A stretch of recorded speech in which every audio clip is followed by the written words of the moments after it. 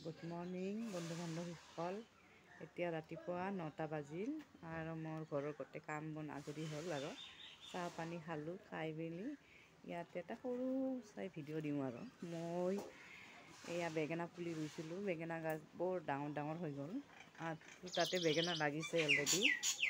এয়া বেঙেনা, এইটো বেঙেনা লাগিছে আৰু লগতে আৰু এটা বেঙেনা গাছ আছে, এইটো হয়।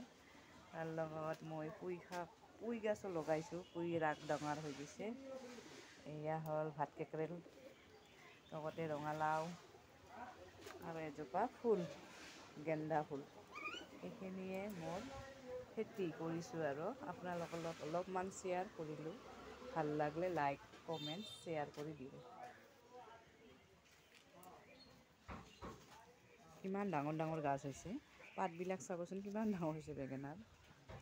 আৰু মোৰ ছাগলী থকাৰ কাৰণে মই এনেকৈ এটা টাবৰ দৰে ৰুব লগা হৈছে আৰু তাতে আৰু দুটা বেঙেনা গাছ হৈছে আৰু তলত এটা হৈছে।